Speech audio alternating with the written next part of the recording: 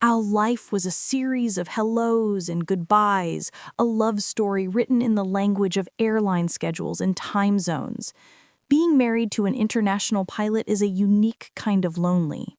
The silence in our house when Liam was gone was a physical presence, a constant, humming reminder of his absence. I learned to live in the quiet, to find comfort in the routines he left behind, the scent of his cologne on his pillow, the single coffee mug he used left drying by the sink, the predictable ping of his text message from a distant airport, landed safely, love you.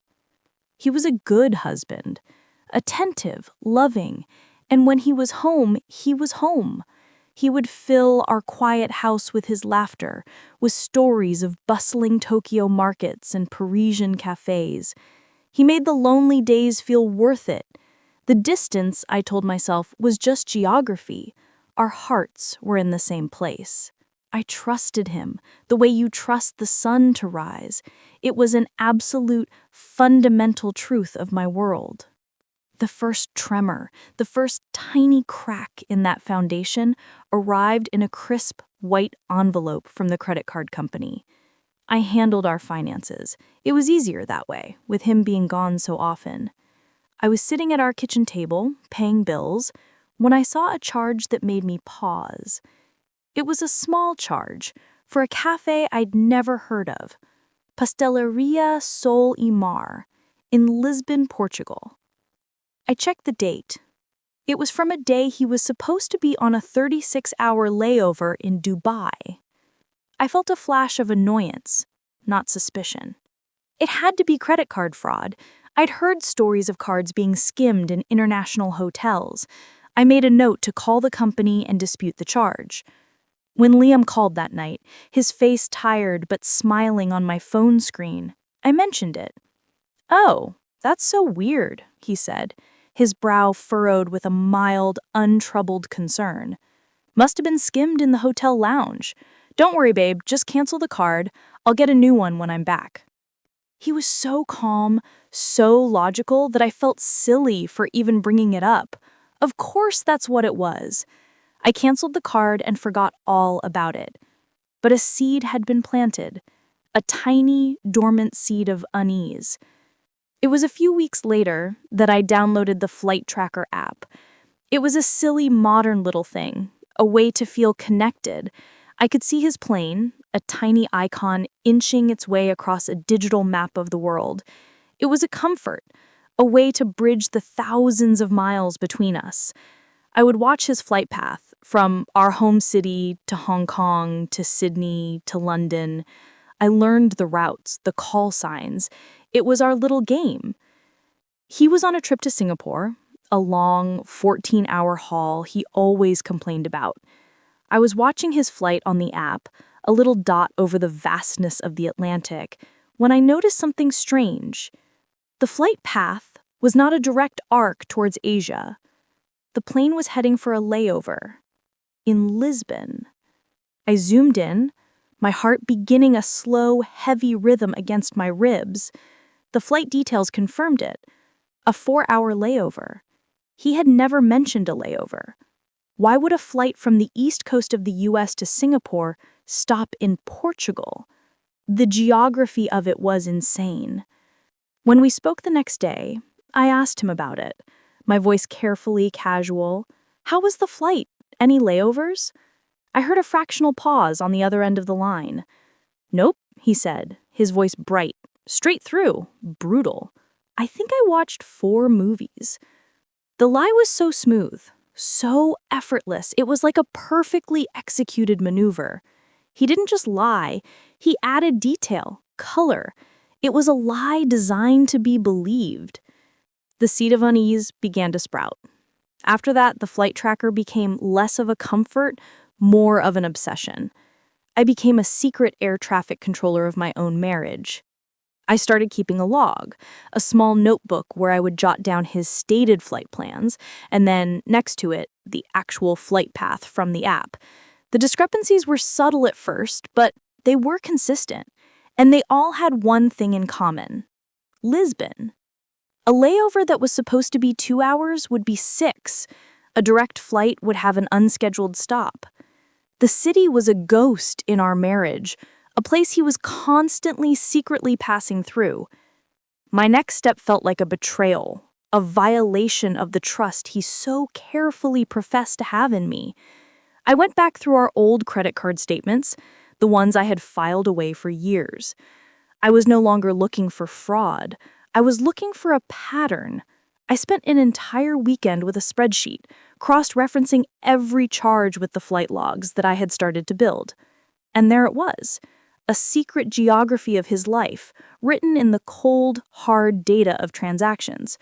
It wasn't just the one cafe. It was a recurring series of small charges, all in the same quiet residential neighborhood of Lisbon.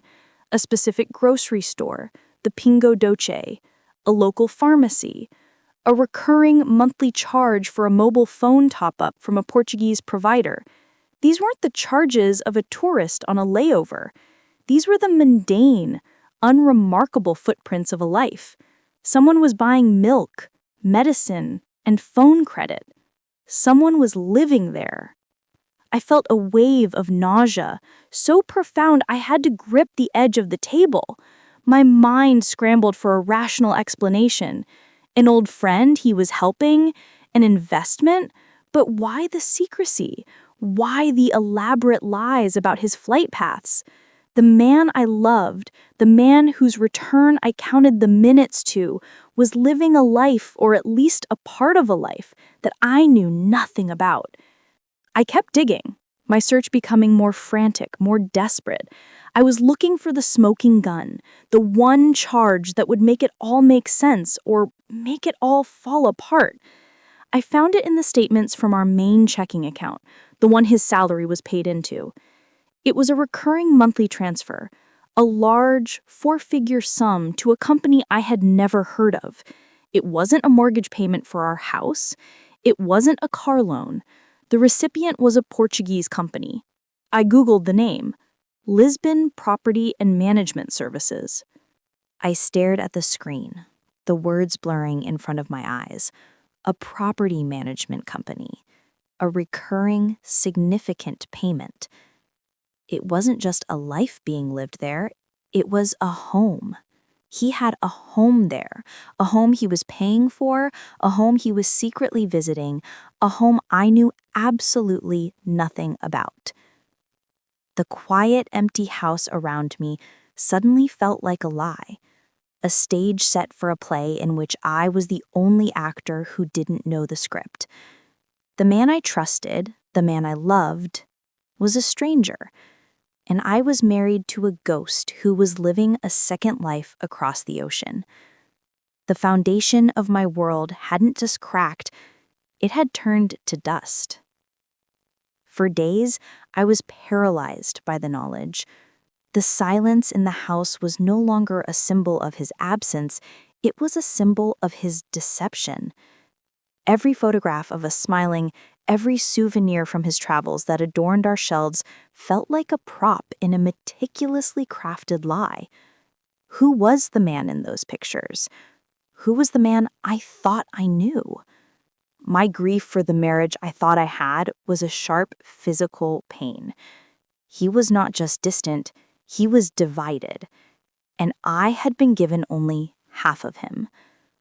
The anger came later. A slow rising tide that burned away the shock and the sorrow. How dare he? How dare he make me feel guilty for my moments of loneliness, for the small complaints about his schedule, all while he was curating a second, secret existence. My life had been structured around his. My career choices, my friendships, the very rhythm of my days was dictated by his arrivals and departures. And he had taken my sacrifice, my love, my trust, and used it as a cover for his betrayal. I knew a confrontation would be a fool's errand. He was a masterful liar, a man who could change a flight path with the same ease he could change a story. He would deny it, he would twist it. He would make me feel like the crazy one, the suspicious, paranoid wife who couldn't handle the pressures of being married to a pilot. He would probably even use my own snooping as evidence of my instability. To catch him, I couldn't just have data. I needed something tangible. I needed a picture. My obsession with his digital life deepened. I was no longer just a secret air traffic controller. I was a forensic accountant, a private investigator. I needed to get inside that second home in Lisbon, and the only way to do that was through the screen of his laptop. Getting access to his laptop was a challenge. He was careful with his devices, his pilot's training bleeding into his personal life with a meticulous attention to security and procedure. But he had one weakness. He believed, completely and utterly, that I trusted him. He had no reason to suspect that the quiet, loving wife he left behind was secretly mapping his lies. The opportunity came during his next homestay. He was exhausted, jet-lagged, and fell asleep on the sofa watching a movie. His laptop was on the coffee table, open. My heart was a frantic drum against my ribs. I had a small window of time, a few precious minutes before he woke up. I sat on the floor beside him, my hands shaking, and I began to work. I didn't need to guess his password. I already knew it. The irony was sickening. His password was our wedding anniversary. I went straight to his email, my mind racing. I was looking for anything connected to the property management company in Lisbon. I found a folder, innocuously labeled LPMS. Inside was a chain of correspondence, a complete history of his secret home. There were emails about a leaky faucet, about a problem with the Wi-Fi, about the annual maintenance fees, and there was the rental agreement. I opened the PDF, my breath catching in my throat. It was a long-term lease for a 2-bedroom apartment in a modern building in the Alfama district, one of Lisbon's oldest and most beautiful neighborhoods. The lease was in his name, and his name alone. I scanned the document, my eyes devouring the details. And then I saw the section that made the world stop.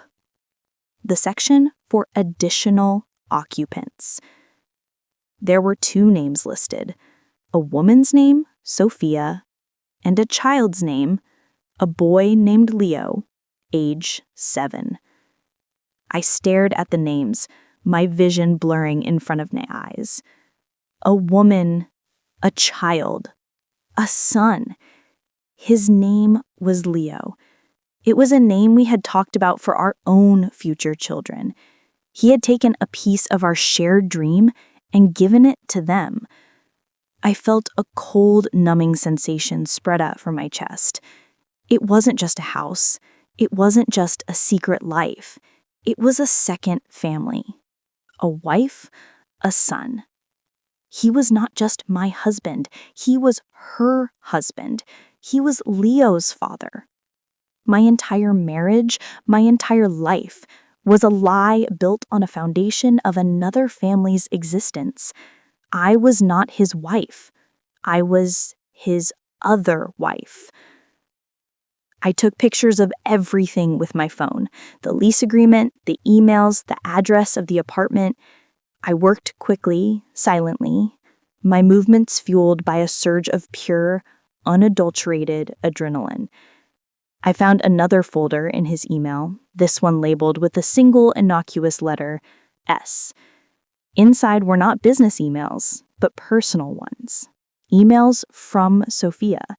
They were written in a mixture of Portuguese and broken English.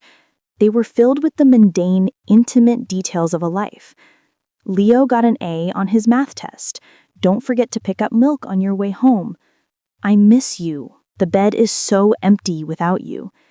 And his replies, filled with a loving domestic familiarity that turned my stomach. Tell my little champion I'm proud of him. We'll be home on the 14th. Can't wait to see you both. The 14th. I checked my calendar. That was a day he was supposed to be on a layover in Frankfurt. A layover he had already told me about. his voice full of a weary sigh as he described the boring German hotel he'd be stuck in. I closed the laptop, my hands steady now, the shaking replaced by a strange, icy calm.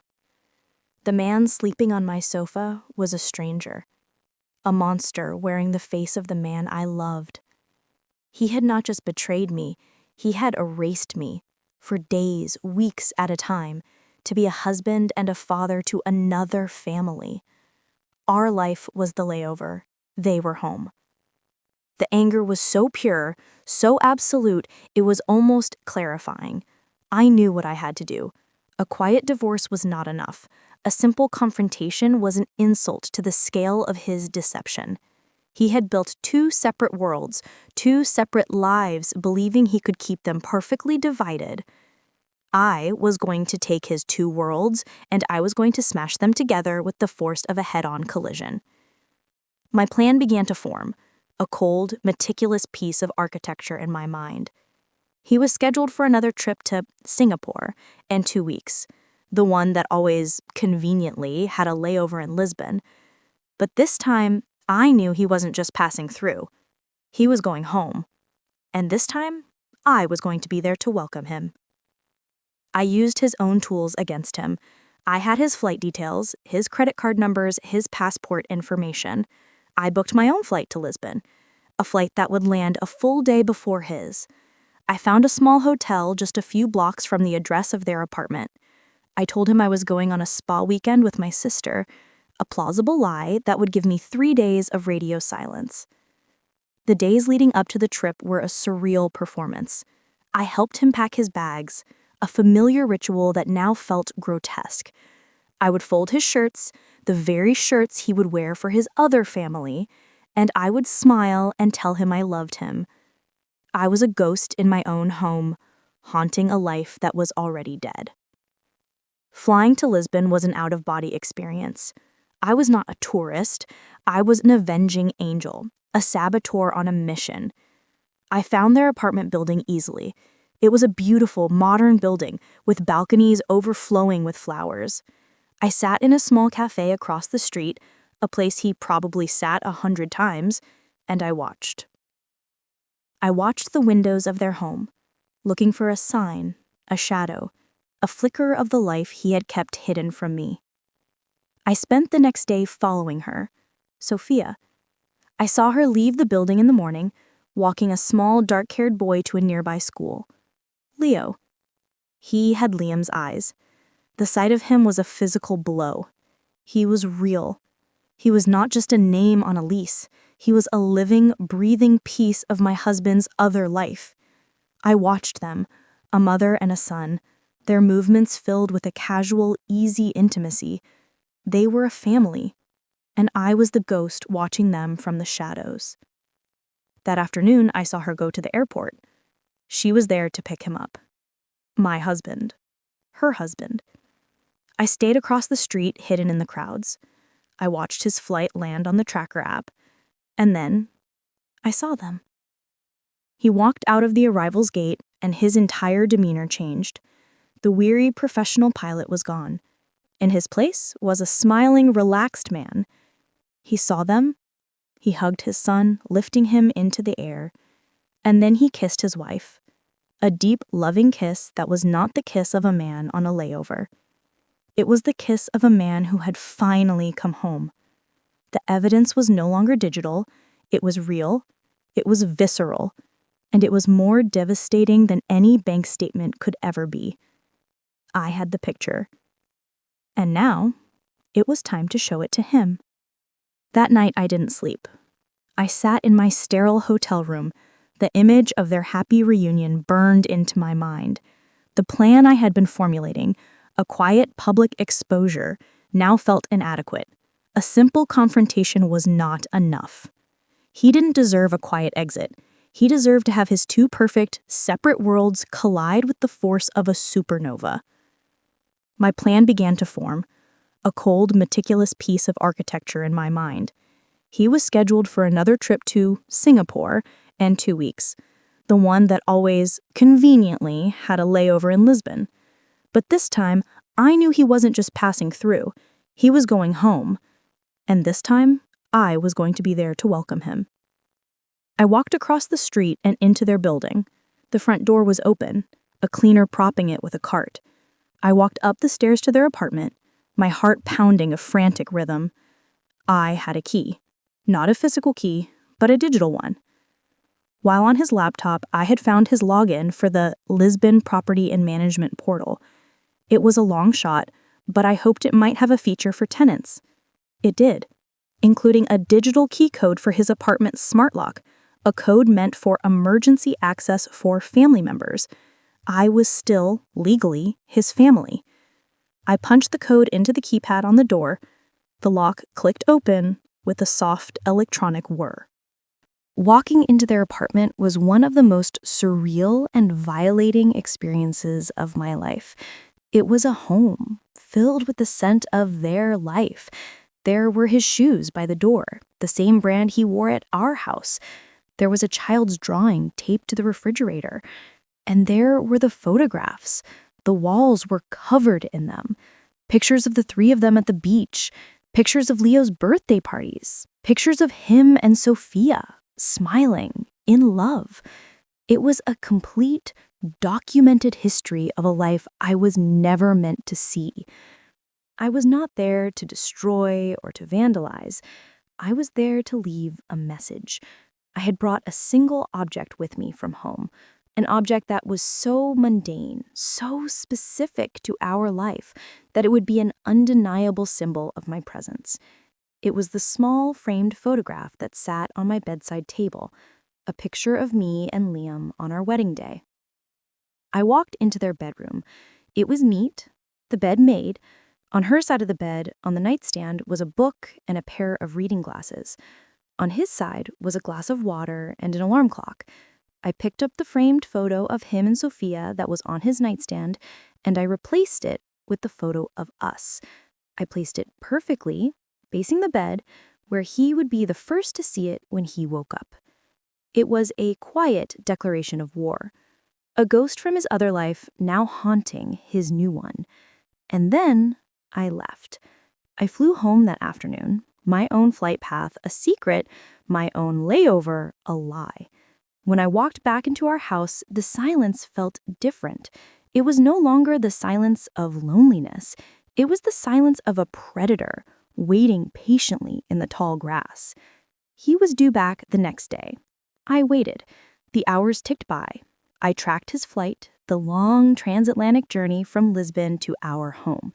He was coming back from his family, back to his other life, back to me. When he walked through the door, his performance was flawless. He looked tired, jet-lagged. He dropped his bags and pulled me into a hug. "God, I missed you," he said, his voice a perfect imitation of a man who had spent the last 2 days alone in a sterile German hotel room. "Me too," I said, my voice a whisper. I didn't pull away. I played my part to the very end. We had dinner. He told me about his boring layover. I listened, nodding, my heart a block of ice. After dinner, he went to unpack. I waited in the living room. I knew the moment was coming. A few minutes later, I heard a sound from our bedroom, a sharp, violent thud, as if something had been thrown against the wall. And then he appeared in the doorway. The mask was gone. The calm, loving pilot was gone. His face was pale, his eyes wide with a mixture of pure, unadulterated terror and white-hot rage. He was holding his phone in his hand, and I could see the screen was a frantic series of text messages from Sophia. He knew. He knew I had been there. "How?" was the only word he can manage, his voice a strangled whisper. "How what, honey? How was your trip home? Did you remember to pick up some milk?" "Don't," he hissed, taking a step towards me. "Don't play dumb. What did you do? How did you find out?" "I'm a pilot's wife," I said, standing up to face him. "I'm good at tracking things." I laid out the evidence on the coffee table, the printed credit card statements, the lease agreement, and finally, a large, glossy photo I had taken from the cafe across the street. A picture of him kissing his other wife, his son at his side. "The layovers were adding up, Liam. and I have to say, your son is beautiful. He has your eyes." The silence that followed was the sound of his two worlds colliding, of a lifetime of lies finally catching up to him. He stared at the photograph, at the undeniable proof of his betrayal, and in that moment, he was no longer a charming pilot or a loving husband. He was just a small, pathetic man trapped in the wreckage of his own making. The divorce was brutal. He tried to fight, to lie, to paint me as the crazy, jealous wife who had illegally spied on him. But the evidence was overwhelming. The financial records, the lease, the photographs, it was an airtight case. He lost everything. His job, when the airline found out about his falsified flight logs, his reputation, and I heard through the legal channels, his other family. Sophia, a woman who had been unknowingly complicit in his deception, left him the moment the full scope of his lies was revealed. She was a victim too, and she refused to be a part of his story anymore. I never saw him again after the final court date. He was a ghost, a stranger who had passed through my life and left a trail of devastation. It took a long time to heal. The trust I had in the world, in the idea of love, was shattered. But slowly I began to rebuild. I sold the house, a place filled with too many silent, screaming memories. I started to travel, not as a pilot's lonely wife, but as a woman discovering the world on her own terms. I even went back to Lisbon, not to the street with his apartment, but to the rest of the beautiful, sun-drenched city. I sat in a real cafe, a Pastelaria Solimar, and I had a coffee. And for the first time, it didn't taste like betrayal. It just tasted like coffee. He had built his life on the idea that he could keep his worlds separate. But the world is not that big. The truth always has a way of finding a connecting flight. And in the end, the only destination he had left was a lonely, empty life of his own making.